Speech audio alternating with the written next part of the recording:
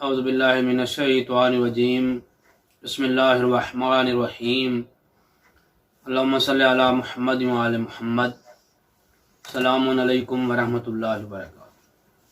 سامعین محترم، آج کا ہمارا موضوع سورہ المجادلہ پڑھنے کا ثواب اور سورہ کے مضامین اور مطالب۔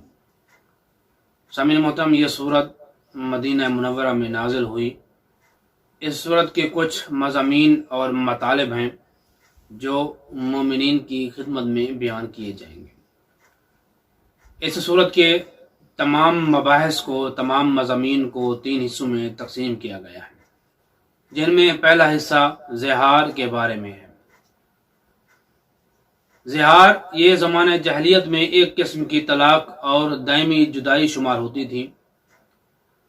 زمانہ جاہلیت میں اگر کوئی بندہ اپنی گھر والی سے، اپنی بیوی سے تنگ ہوتا یا اگر کسی دوسرے طریقے سے طلاق دینا چاہتا تو وہ زہار کا لفظ استعمال کرتا۔ زہار آپ لوگوں کی خدمت میں بیان کیا جا چکا ہے کہ اپنی زوجہ کو، اپنی بیوی کو اپنی ماں کی پیٹھ کی تشبیہ دینا، یعنی اس طرح کہنا کہ تیری کمر، تیری پیٹھ، تیری پشت میری ماں کی پیٹھ کی مشابہت رکھتی ہے، میری ماں کی پشت جیسی ہے، یا جب تو چلتی ہے یا جب تو بیٹھتی ہے تو میری ماں جیسی لگتی ہے۔ یہ زہار ہے۔ اگر کوئی بندہ یہ عمل انجام دیتا ہے تو اس کی بیوی اس پر مطلقاً اور ہمیشہ کے لیے حرام ہو جاتی ہے۔ یہ زہار ہے۔ اور زمانہ جاہلیت میں لوگ جب اپنی بیویوں سے تنگ ہوتے تو سیدھے راستے سے طلاق دینے کے بجائے یہ ایک قسم کی طلاق ہو جاتی تھی اور دائمی طلاق ہوتی، دائمی اپنی بیوی سے جدائی ہو جاتی تھی۔ اور اسلام نے اس میں اعتدال پیدا کیا اور اس کی صحیح راہ متعین اور متعارف کروائی۔ دوسرے حصے میں آداب مجالس اور آداب محفل بیان کیے گئے ہیں کہ اگر کوئی بندہ مجالس اور محافل میں بیٹھتا ہے یا وہ داخل ہوتا ہے تو اس کے کیا آداب ہیں، بیٹھنے کے کیا آداب ہیں، کیونکہ کچھ لوگ محفل رسول اللہ صلی اللہ علیہ وآلہ وسلم میں سرگوشیاں کرتے تھے۔ جب رسول خدا صلی اللہ علیہ وآلہ وسلم کی محفل لگی ہوتی، محفل سجی ہوتی، تو کچھ لوگ رسول خدا صلی اللہ علیہ وآلہ وسلم کی محفل میں سرگوشیاں کرتے تھے۔ اس کے بارے میں بیان کیا گیا ہے کہ محفل کے آداب کیا ہیں اور مجالس کے آداب کیا ہیں۔ تیسرے اور آخری حصہ میں سچے مسلمانوں کو گروہ شیاطین سے ڈرایا گیا ہے۔ جو سچے اور پکے مسلمان ہیں انہیں شیطانوں کے گروہ سے ڈرایا گیا ہے، اور ان کے لیے یہ سبق دیا گیا ہے کہ جو شیطان ہے وہ انسان کا، بنی آدم کا کھلا دشمن ہے۔ اس سورت کی فضیلت اور تلاوت کے حوالے سے 2 روایتیں پیغمبر اسلام صلی اللہ علیہ وآلہ وسلم اور حضرت امام جعفر صادق علیہ السلام اللہم صلی علی محمد وعلی محمد سے منقول ہیں۔ پہلی روایت کہ جو شخص سورہ مجادلہ کی تلاوت کرے گا اور اس میں غور و فکر کرے گا، اس پر کار بند بھی رہے، یعنی سورت کو تلاوت بھی کرے اور سورت میں غور و فکر بھی کرے اور ان اعمال پر کاربند بھی رہے، یعنی عمل بھی کرے، تو فرماتے ہیں بروز قیامت وہ حزب اللہ، حزب الہی میں شمار ہوگا۔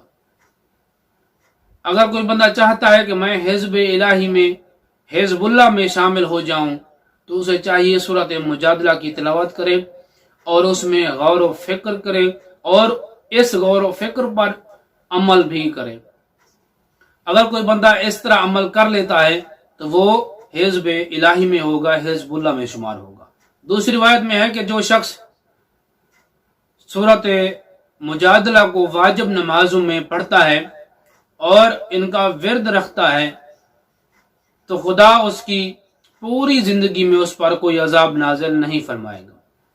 اگر کوئی بندہ چاہتا ہے کہ پوری زندگی وہ خداوند متعال کے عذاب سے محفوظ رہے تو اسے چاہیے سورت مجادلہ کی تلاوت کرے اور سورت مجادلہ کی تلاوت نماز میں کرے اور ان کی آیات کا ورد کرے اور جو بندہ سورت مجادلہ کی تلاوت کرتا ہے اور واجب نمازوں میں کرتا ہے تو فرماتے ہیں کہ وہ بندہ اپنی ذات اور اپنے اہل و عیال میں سے کوئی برائی نہیں دیکھے گا، یعنی اپنے اہل خانہ اور اپنی ذات میں کوئی برائی نہیں دیکھے گا۔ اور اس صورت کی تلاوت کرنے والا بندہ فقر و فاقہ اور بدحالی اور تنگ دستی میں گرفتار نہیں ہوگا۔ اگر کوئی بندہ چاہتا ہے کہ فقر و فاقہ، بدحالی اور تنگ دستی میں گرفتار نہ ہو تو اسے چاہیے سورت المجادلہ کی تلاوت کرے اور بالخصوص واجب نمازوں میں تلاوت کرے۔ جو بندہ سورت مجادلہ کی تلاوت کرتا ہے اور واجب نمازوں میں تلاوت کرتا ہے تو وہ فقر و فاقہ سے بھی محفوظ رہے گا اور تنگ دستی سے بھی محفوظ رہے گا، اور بروز قیامت جب خداوند متعال تمام لوگوں کو اٹھائے گا تو وہ حزب الہی میں شمار ہوگا۔ دعا ہے اللہ علیہ محمد کے صدقے ہمیں صحیح معنوں میں قرآن کریم کو پڑھنے، سمجھنے اور اس پر عمل کرنے کی توفیق عطا فرمائے۔ ہمارے اور ہمارے والدین کے صغیرہ کبیرہ گناہ معاف فرمائے۔ جو مومن و مومنات بیمار ہیں انہیں شفائے کاملہ عاجلہ عطا فرمائے۔ جو مومن و مومنات تنگ دست ہیں ان کی تنگ دستیں دور فرمائے۔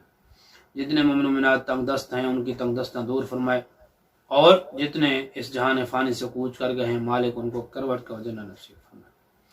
ہمیں صحیح معنوں میں دین کے ساتھ مخلص ہونے کی توفیق عطا فرمائے۔ سب سے پہلی، سب سے آخری اور سب سے بڑی دعا ہے اللہ علیہ محمد کے صدقے یوسف زہرا کے ظہور میں تاجیل عطا فرمائے۔ اللہم صلی علی محمد و آل محمد وعجل فرجا قیم آل محمد۔